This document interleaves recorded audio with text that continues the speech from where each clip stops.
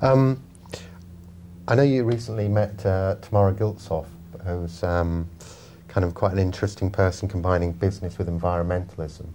And I was just sort of I interviewed her as part of Blog Action Day, and the podcast I made got two quite interesting reactions. One, which was, there's a perfect marriage, but marketing's new role is to champion the cause of environmentalism, and that should be its focus. And the other one thinking, it's such a serious issue, and in some ways marketing is the cause of needless consumption, that it shouldn't involve itself. It's kind of, I just thought of what you thought the relationship between, as marketeers, and sustainable issues, what our aims should be. Well, I think there's a deep truth in both of those reactions. I certainly believe that the environmental crisis we're kind of sleepwalking into does represent tremendous, if you like, commercial opportunities, want of a better word, but certainly opportunities for concerned business prepared to really address and embrace these problems.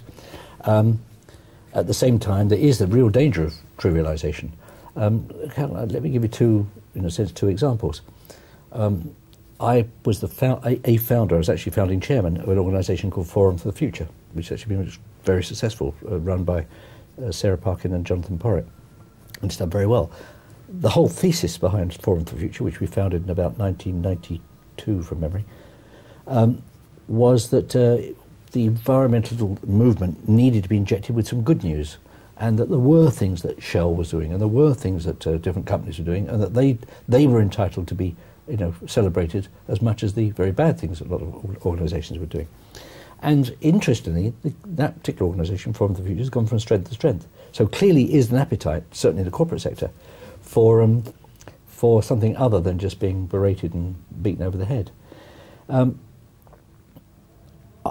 got a very privileged position in this debate, because I spent 4 months sitting in this building doing nothing but taking evidence from all around the world. I chaired the Joint Parliamentary, which means the Commons and Lords, Committee on Climate Change. So I had access to everyone. We had the Chinese in here, we had the Americans in here.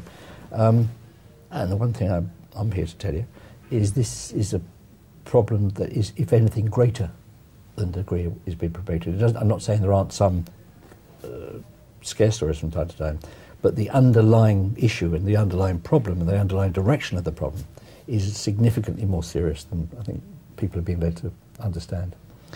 And the most important component of that is that, without doubt, I've got 3 granddaughters, that my granddaughters' lives will be materially affected, and materially is, fun enough, exactly the right word, materially affected by the impact of climate change. They will be the first generation in a long time. I'd be, interested enough, World War II put to one side, I'll come back to that, in a long time, to have to accept that in all likelihood their standard of living in some respects will drop. There will be things that they won't be able to do that I and certainly my own kids were adjusted to. Now, this is not unparalleled. I flew quite a number of times in Concorde, which means that almost by definition I've flown faster than my children and my grandchildren. It's very unlikely that a supersonic plane will emerge, even in my grandchildren's lifetime, that flies faster than Concorde. So, the trajectory of progress is not a completely even one. It's quite bumpy. If you go back to my mother's generation, my mum, between September 1939 and December 1940, beginning of the Second World War, saw her standard of living up, and I was born in 41, saw her standard of living drop by 50%. That's to say, absolutely technically. Because of human ingenuity, and because people like my mother were clever about the way they all reorganised their lives, the actual drop was closer to 15% than 50%. But it did drop like a stone. Now, I used to talk to my mother about this. She said, well, the great thing was it was the same for everyone. There was no point in complaining. There was a war on. It was the same for everybody. No one other than a few spivs were doing well out of the war, and you kind of live with it. Well, that type of behaviour change and that type of attitude is going to have to be taken on board by my granddaughter's generation. But against a background of a far more kind of highly pressured world of more of consumption, of things being better, bigger, faster, flashier. So it's going to be tougher for them. Now, here's my question. is the advertising industry in a position to manage disappointment, to manage reductions in standard of living, to manage scarcity, just scarcity? Ultimately, of course, it will be.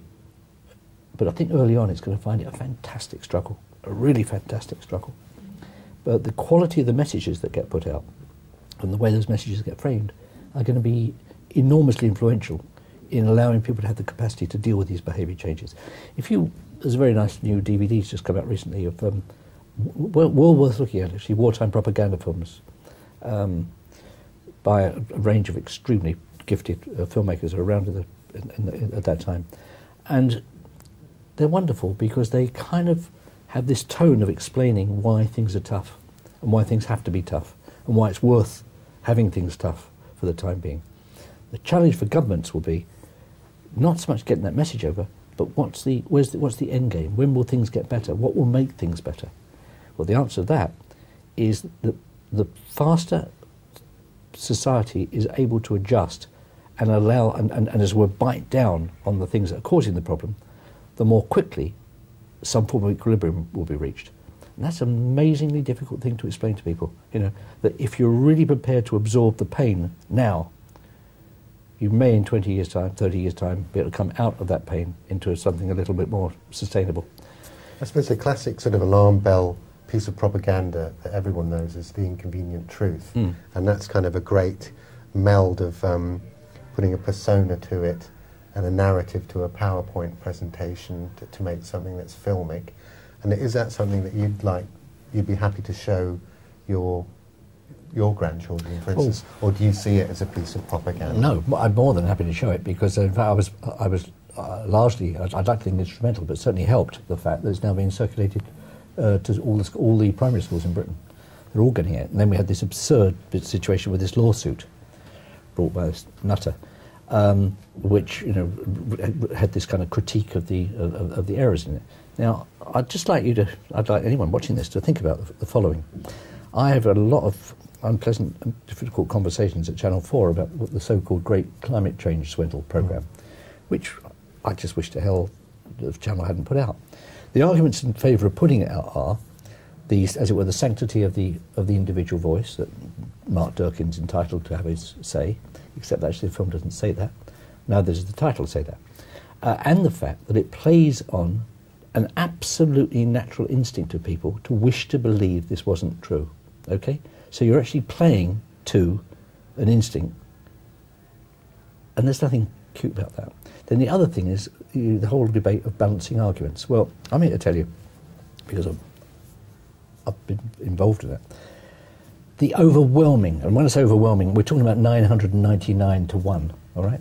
The overwhelming corpus of evidence among scientists in the world is that global warming is a reality.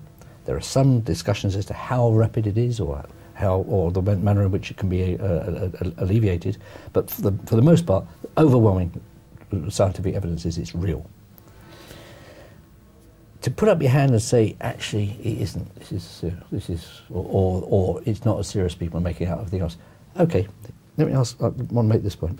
Let's say for one moment that argument turned out to be accurate, that it actually wasn't real, or wasn't as bad as we thought. A bit like the millennium bug, if you like. Just supposing. Okay.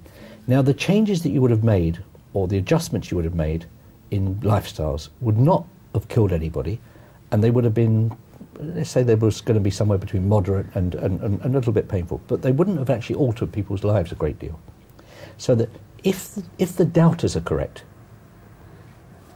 what real harm has been done? Maybe a bit of harm to tip down the economy. But on the other hand, if the doubters are wrong, and the more hawkish, if you like, the more pessimistic scientists are right, how much damage have you done by not engaging and not taking the steps that were necessary as urgently and as quickly as they could have been? Immense. Many, many people will die. A huge swathe of destruction will be caused. Which side do you want to be on? As history looks back at you and your contribution, which side do you want to have been on? Do you want to be on the side of, well, the sceptical voice must be heard, or, you know what, thank God we got this right and we prepared ourselves, and we actually saved possibly millions of lives. I know which side I want to be on.